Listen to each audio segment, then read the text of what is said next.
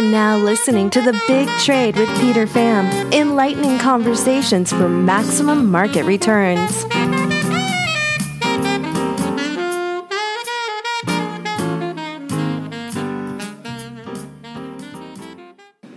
So, Kim, on the subject of Asia and geopolitics, let's head over to Myanmar, because you were just there recently as well. What are your thoughts? What makes Myanmar an attractive or unattractive destination for investors? I've heard that you provide a very interesting perspective on that, and love for you to share that to the audience.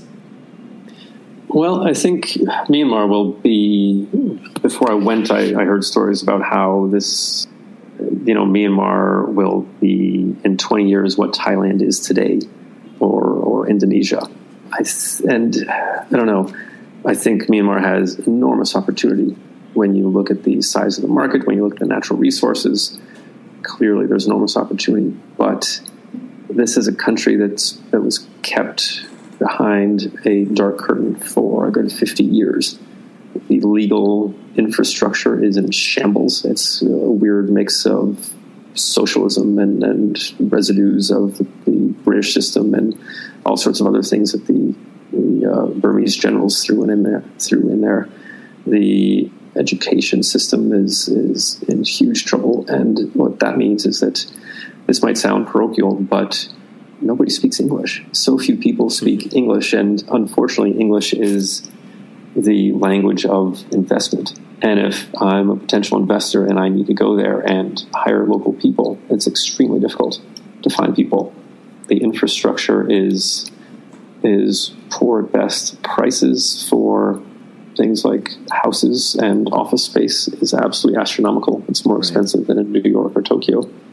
And the domestic politics, I think, still have a very long way to sort themselves out before someone can sit down and say, okay, now this is a country that I can more or less feel comfortable with doing business with.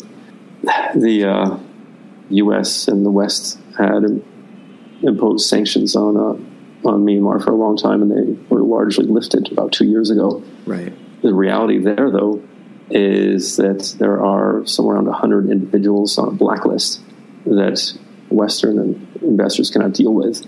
And the fact is that these 100 people are probably 2/3 of the people who, as a foreign investor, you would want as your partner, because they are the people who understand how things work. They have the right relationships in government, but because they were associated with the former military regime, the EU and the US have said, no, you cannot deal with these people. So sanctions have been lifted, but not really. Interestingly, I've also heard, Kim, that countries like Iran is also looking for more bilateral trade partners, are uninterested to trade with countries like Myanmar due to their treatment of the Muslim population within Myanmar. That was a very interesting observation I made, because a country like Iran is very desperate to look for trading partners and is unable to do so based on a country that should be or perceived to be as attractive. But once you hear about the treatment of Muslims within there, then we've seen some kind of pullback from the Middle East. But I guess that's not going to play a big factor, considering many people are perceiving countries like China are going to play a big role. But if you actually take a look at the FDI figures into Myanmar from China, they're actually on a dramatic decline for some reason. But, aside from all these bearish perspectives, throughout the Mekong region here, there's a lot of people saying, Kim, that look, at the end of the day, their market, stock market actually, is going to be growing, and it's going to be a significant pivot point for investors going forward in the future. And basically, tons of funds, foreign funds, are clamoring to build some kind of presence as we speak. Now, I've seen the history in which people like George Bush actually were in Vietnam to anchor in the opening of the stock markets in the year 2000. And since then, you've had, say, a VN index of, say, 100 points all the way up to the current prices where the market is today, and which is a several hundred-fold increase from an investor's perspective.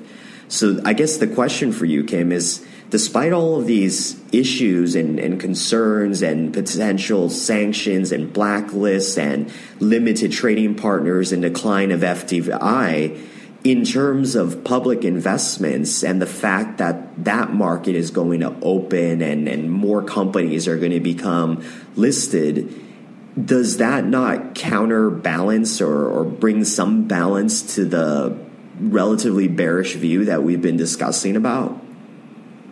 Yes, I think that if you are a private equity investor with a high tolerance for for losing a lot of money for a long time, but you have that vision that you just described. And also, I think if you say, you know what, there's no way that Myanmar is going to be, in 20 years, is going to be what Thailand or Indonesia is today. I think it'll take, 2 generations. So what do I know? But I can't imagine things moving that quickly because you don't have, well, like I said, you don't have the legal infrastructure, you don't have the human capital, right, and you don't have the political will, and you don't have a kind of population that is, it's coming from a different space because they were blocked off from the rest of the world for so long. Yeah. So I guess short answer, yes, possibly. But I don't think in terms of the local stock exchange, when you look at if I'm a local company and I want to list on the local stock exchange, I would most likely need at least 3 years of financial statements. Yeah. I don't know how many companies in the country have that, except for companies that are very close to the military dictatorship who foreign investors probably wouldn't be able to invest in anyway. When I was there was talk of the stock exchange, but the talk was more about how the preliminary deadlines were going to be pushed back substantially. Really? So, yeah, there was not much enthusiasm. There was not much expectation that it would all come together. Right. So, I don't know. If perhaps, yes, but I think if time and life and money is finite, I think I would focus more on other markets that are more evolved, that do have more infrastructure. And yes, you might miss out on the 2,000%, but that 2,000% will come from such a small investment and will take you so long to get there. I'd probably prefer to focus on the 20 to 50% per year in bigger markets where you can go where capital is treated best, right? I think that's one of the key takeaways, and that's why we're talking about all these markets. So let's talk about Thailand for a few minutes. You were also there recently. I try to help you set up some meetings there. Yeah. What are your thoughts on Thailand? And I know you couldn't have as much fun as you would like because you were on curfew when you were there. Yeah, I think it's funny when you read about coups in Thailand and just the most recent coup. And you look at the front page of the Wall Street Journal and you see angry protesters shaking their fists in the faces of police who are holding up these huge plastic shields. You think, wow, this is a country that must be just on the edge and just, teetering on the brink of absolute, death and destruction.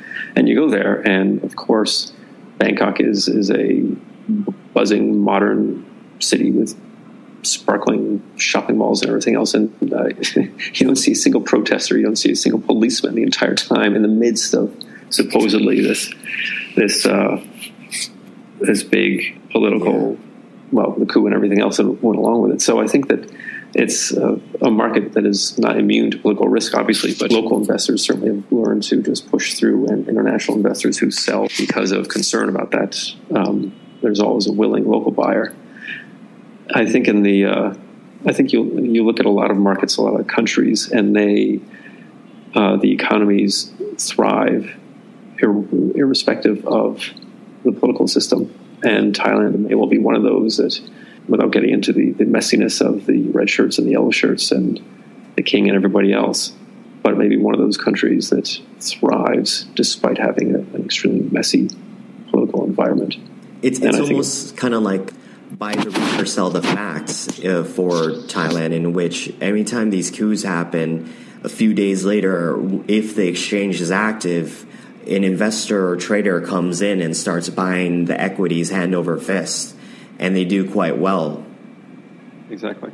very much so. What's really interesting I've seen, and I just took a look at this briefly, was that, believe it or not, Thailand is now raising debt in countries like Cambodia, Laos, and Myanmar. Some of these countries have been previous rivals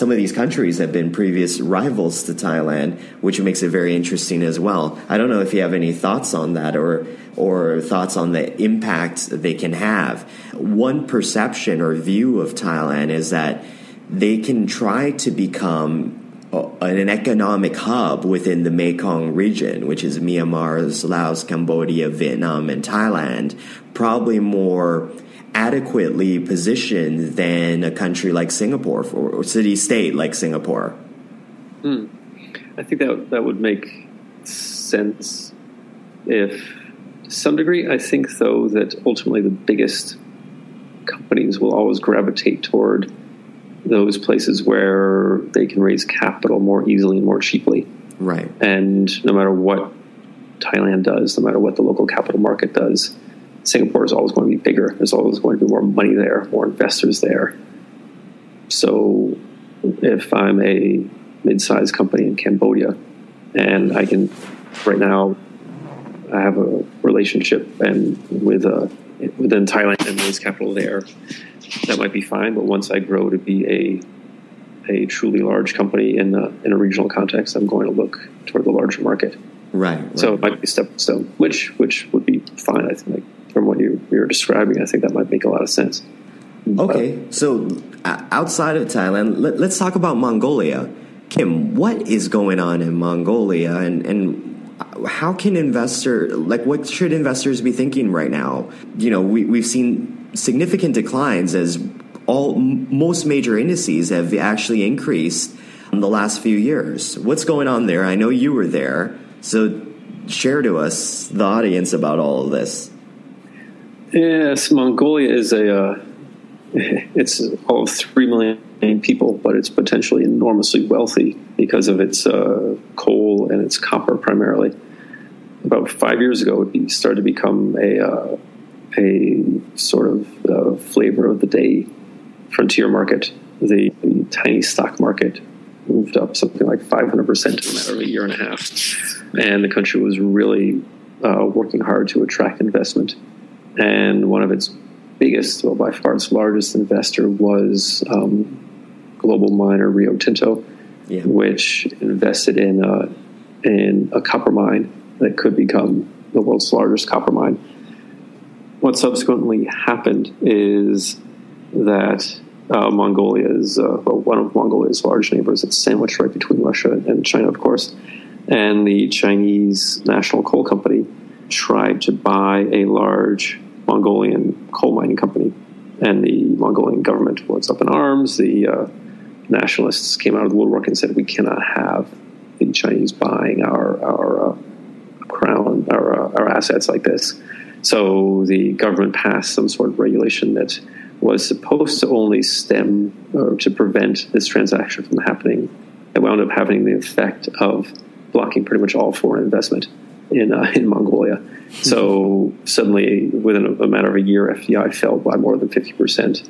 Right. Not all of the investment that had gone along with Rio Tinto's initial investment, in terms of the service providers, in terms of other smaller mining companies that took this as a good sign. Things were moving in the right direction in Mongolia. So much of that left very quickly. And the way it is, as you said, capital goes where it's treated best. And investors often have a short memory, but in this sort of thing, they also do have a long memory. Right. And what is still stark in the minds of a lot of potential investors in Mongolia is that the government did this. And if they did this once, they might do it again. Now, a year after they passed this legislation, a new government came in and said, all right, we clearly made a big mistake. We want to reverse all of this. So please come back. They said to foreign investors, and it hasn't happened yet. I think the key driver there is Rio Tinto coming to an agreement with the government of Mongolia for the next stage of development of this massive copper mine. Right. Rio Tinto has already invested something like $6 billion. And it's been in negotiations to invest. Well, stage 2 is supposed to be somewhere around $4.5 billion.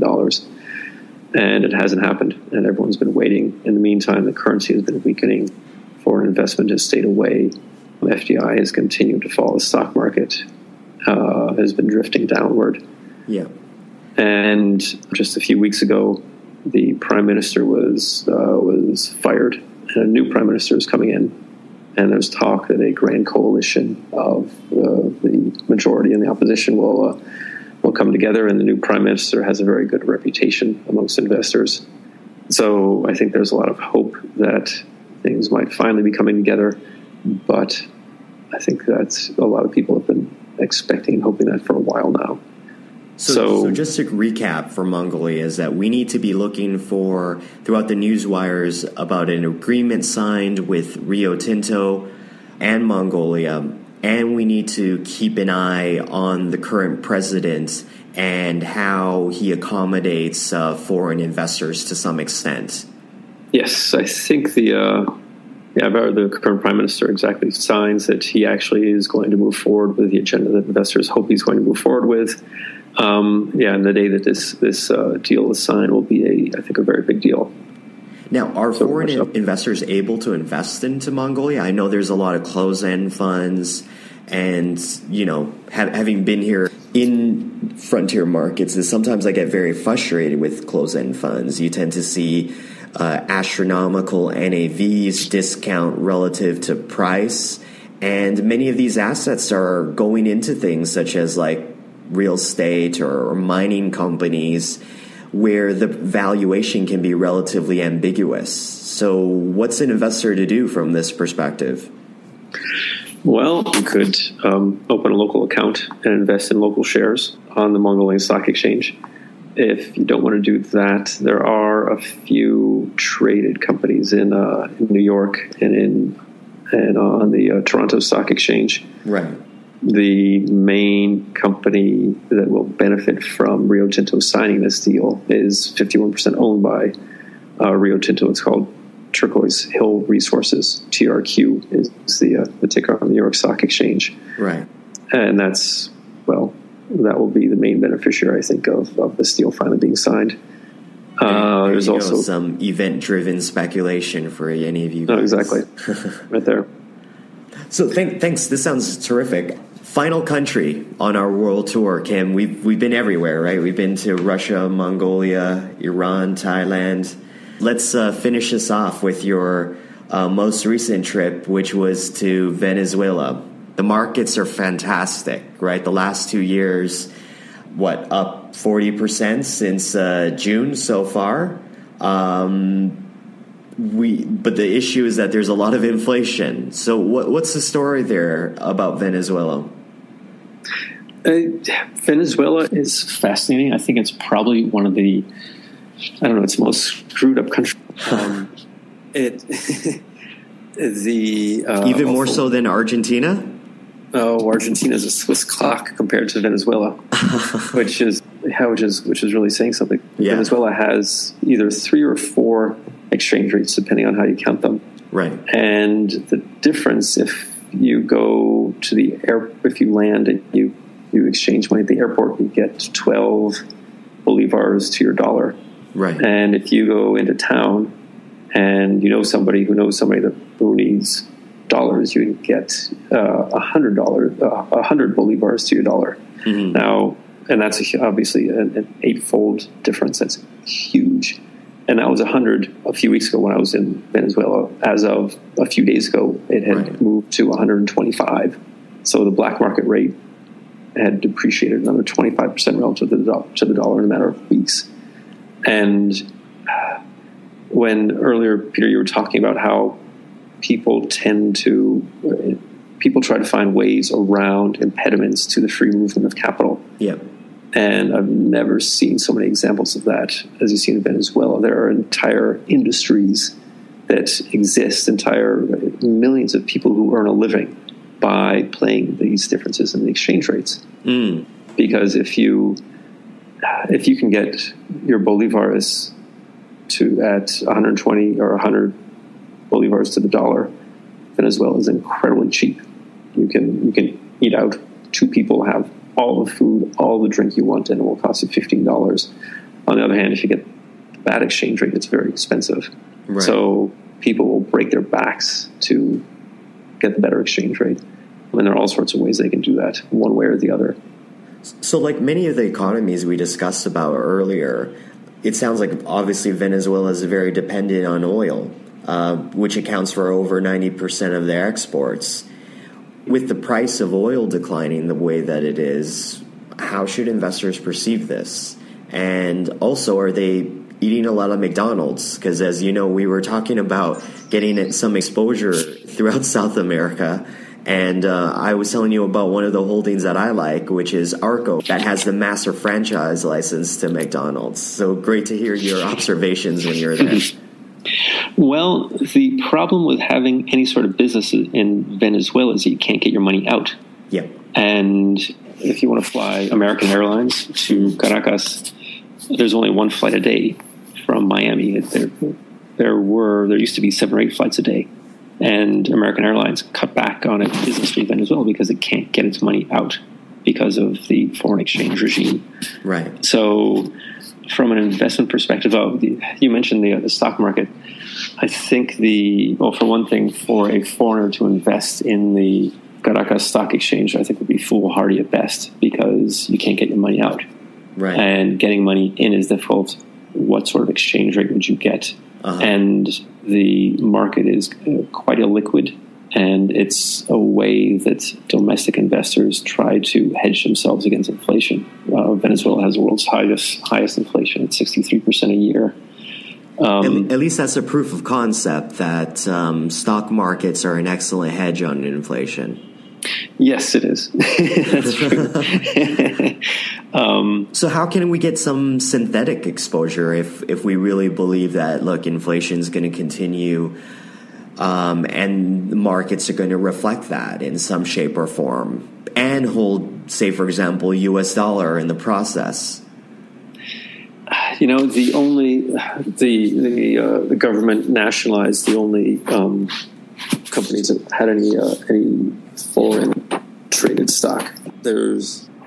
I think that when you look at the incredible desperation of the country, I think it's inevitable that if the price of oil remains low, that Venezuela will default on its sovereign bonds. Oh dear.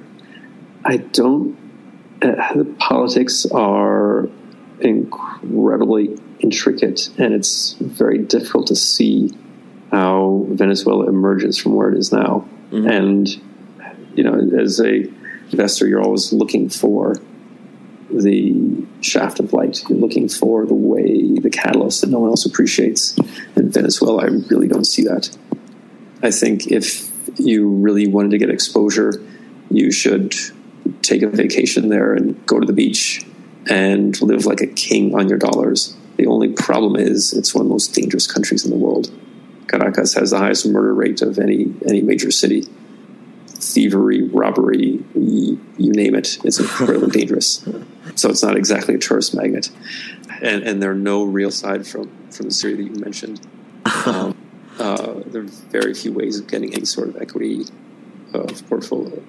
Very few ways of getting any sort of portfolio investment access to it. Right. Well, thanks, Kim. I mean, this has been a very interesting conversation. I guess I just want to end this by getting an overall perspective. I mean, you've been everywhere in the world. What have you identified in terms of investing? Like, how have you crafted some kind of edge in some shape or form by looking at all these countries, taking into account the macro picture, even the micro picture? Well, what can investors or traders take away from all of this? Well, focusing on markets that are out of favor makes a lot of sense. Because we've seen, history has proven repeatedly that investors and markets overreact. And if you find those markets that suffer from excessive and negative sentiment or valuations are accordingly low, and you do have some patience and some stomach for volatility, because you're never going to pick the bottom, and you might be 25% off, you might be 50% off. But if you anticipate that in a 3-year time horizon, some of these markets are going to move up 2, 4, 10 times, I think that it makes a whole lot of sense. I think it's a question of finding those markets and finding securities in those markets that aren't going to be too volatile. I think Argentina is particularly interesting just because elections next year are a clear catalyst for change. I think I was recently in Macau, which is it's one of the wealthiest. It's not a country, but one of the wealthiest areas of the world. But gambling stocks have gotten absolutely slaughtered there. And that was interesting in other ways. I think when you do look at a market like Russia, there are some selective opportunities. Mongolia also. So I think that overall, just to get back to your question, I think that this approach makes a lot of sense if you want to add a little bit of rocket fuel to a certain percentage of your portfolio, and you don't do it with the rent money, and you fully almost expect to lose 50% before anything good happens. Wow, that's some serious volatility. But typically when you have volatility, you're going to receive pretty big gains at the end of the day. That is right. That's the only reason to even dabble in it. Exactly. That's the name of the game. Well, thanks, Kim. It was fantastic talking to you. Hopefully we can catch up sometime in the not-too-distant future to hear about your fascinating journeys around the world. You're kind of like the Indiana Jones of investing. Thanks, Peter. Okay. Thanks for having me on your show. Okay. Thanks. Take care. All right. Take care. Bye. We hope you enjoyed this mastermind session. If you'd like to contact Peter Pham or Phoenix Capital, please email info@phx-cap.com.